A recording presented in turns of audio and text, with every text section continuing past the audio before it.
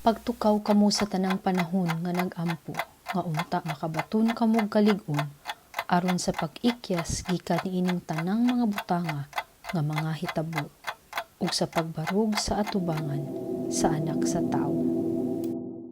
Kahibaw baka nga tungod sa mga nangahitabo karon, daghan kaayo ang mga nagtuon bahin sa propesiya sa Biblia ug magtotoo ni Jesus Christ ang nagpaabot sa iyang pagbalik.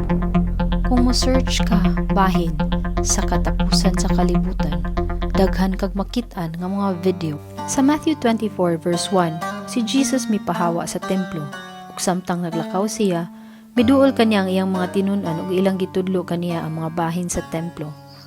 Apan kanila mitubag siya nga nag-ingon, "Nakita ninyo kining tanan? Dili ba?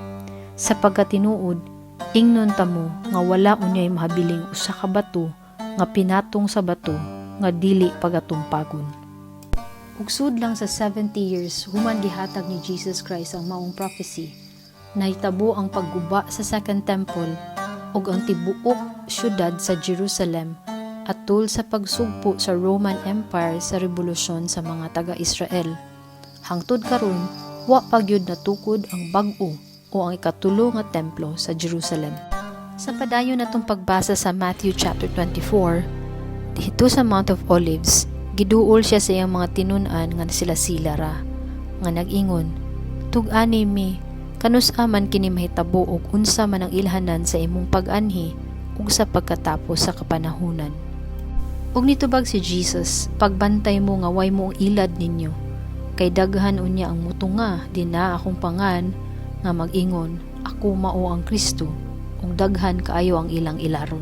Ug makadungog mo bahin sa mga gubat ug mga dungog-dungog bahin sa gubat. Pagbantay mo nga dili kamo makuyawan, kay kinahanglan gyud kini mga hitabo, pero dili pa kini mao ang katapusan. Kay maggubat ang nasod batok sa nasod, ug ang gingharian batok sa gingharian, ug mahitabo ang mga kagutom, mga salot ug mga linog sa nagalain-laing mga dapit. Kining tanan maulang ang sinugdanan sa mga kasakit. Ug kining maayong balita mahitungod sa gingharian, igwali ngadto sa tibok nga kalibutan, ingon nga pagpamatuod ngadto sa tanang kanasuran, ug unya moabot na ang katapusan. Gibana-bana nga dunay sobra 2 ka bilyon nga Kristiyano sa tibok kalibutan. Kristiyano tungod kay nakadungog sila sa maayong balita bahin sa kaluwasan dinha ni Jesus Christ. Nagdeklara pud sila sa ilang pagtuo dinha ni Kristo nga ilang gitawag og giila nga Ginoo ug manluluwas. Pero sobra naman 2,000 ka tuig gikan namatay si Jesus. Nganong karon man siya mobalik? Ang tuyo ni Jesus Christ nga maluwas tanan, pero nabutang pud sa Bible nga ang 1,000 ka tuig mura ra nag-usa ka adlaw sa Ginoo. Mauna nga ang importante, mag-andam tang tanan sa iyang pagbalik. Unsa man ang akong angay buhaton aron maluwas ko? Dili ang mga buhat nato ang atong pagkarelihiyoso ang makasalbar nato. Sa Romans 3:23 nag-ingon, "Tanan nakasala ug ang tanan nakabsan sa himaya sa Dios." Pero nisaad si Jesus sa 1 John 1:9, "Kung atong isugid ang atong mga sala, siya kasaligan ug makaturunganon nga tungod ni ana mopasaylo siya sa atong mga sala ug maghinlo nato gikan sa tanang pagkadili makatarunganon."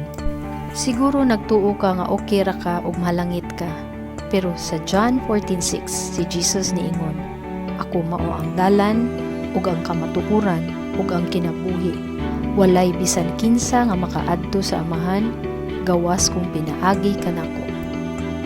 Sa pag-explain kung unsang klasiha nga tawo makasud sa langit, sa John 3:3-5, si Jesus mitubag kang Nicodemos, "Sa pagkatinuod, moingon ko nimo, gawas kung ang tawo ipanganak og pag-usab, dili siya makakita sa gingharian sa Dios. Ug si Nicodemos nangutana niya, unsaon man pagpanganak og balik sa tao kung tiguwang na siya? Makasulod ba siya balik pag-usab sa tiyan sa iyang inahan? Ug si Jesus mitubag, sapagkat tinuod, mag-ingon ko kanimo, gawas kung ang tao ipanganak sa tubig ug sa espiritu, dili siya makasud sa gingharian sa Ginoo.